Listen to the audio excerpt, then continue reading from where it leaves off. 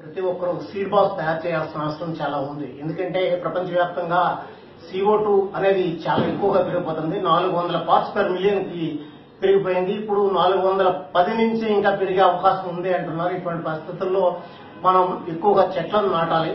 ఆ చెట్లను నాటాలి అంటే కొండల మీద చెట్లు నాటే ప్రయత్నం అంత ఈజీగా అయ్యేది కాదు. కాబట్టి మనం సంవత్సరం పొడుగునా దొరికే విత్తనాలను సేకరించి వర్షాకాలంలో ఈ విత్తనాలతో బంతులు తయారు చేసి ఈ విత్తన బంతులను మన కొండల మీద వేయడం ద్వారా మనం అడవి అనే దాన్ని పెంచవచ్చు. ప్రధానంగా అత్యధికంగా ఆక్సిజన్ ఇచ్చే చెట్లను, రాత్రి పగలు ఆక్సిజన్ ఇచ్చే చెట్లను మనం పెంచాలి. ఈ విత్తనాలను ఇలాగా పేడ మట్టిలో పెట్టి ఒక్కొక్క గింజ ఇలా పెట్టి మనం పనస గింజలు, మద్ది, ఇట్లా చాలా రకాల విత్తనాలు ఏవైతే ఉన్నాయో అన్నింటినీ సేకరించి సీడ్ బాల్స్ తయారు చేయాల్సిన అవసరం ఉంది. ఈ సీడ్ బాల్స్ అన్నింటినీ కూడా ఇలాగా 70% ఆవు పేడ, 30% మట్టి పెట్టి తయారు చేయడం ద్వారా వీటిని మనం తయారు చేసుకోవచ్చు. ఈ తయారు చేసిన అన్నింటినీ కూడా కొండల మీద వేయడం ద్వారా ఇట్లా మొక్కలు వస్తాయి. ఇలా వచ్చిన మొక్కలన్నీ కూడా మన వాతావరణానికి చాలా అనువుగా ఉంటాయి. అంతేకాకుండా పక్షులు గూళ్లు పెట్టడానికి, పక్షులకు ఆహారాన్ని అందించడానికి, మనకు ప్రాణవాయువు అందించడానికి ఇవి ఉపయోగపడతాయి. కాబట్టి మనము పెద్ద ఎత్తున సీడ్ బాల్స్ తయారు చేసి ఈ సీడ్ బాల్స్ అన్నింటినీ కూడా ఆరబెట్టి ఆరిన తర్వాత ఈ సీడ్ బాల్స్ తీసుకెళ్లి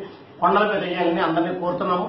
ప్రధానంగా మేము విశాఖ మహానగరంలో 240 విద్యా సంస్థల్లో విద్యార్థులతో కలిపి చేస్తున్నాము. ఈ కార్యక్రమం ఇంతవరకు చేసిన దాంట్లో మేము చాలా వరకు విజయవంతం అయ్యాము. గత ఏడాది 1,60,000 సీడ్ బాల్స్ చేయడం జరిగింది. ఈ ఏడాది ఇప్పటి వరకు 3,40,000 సీడ్ బాల్స్ కొండల మీద వేస్తాం.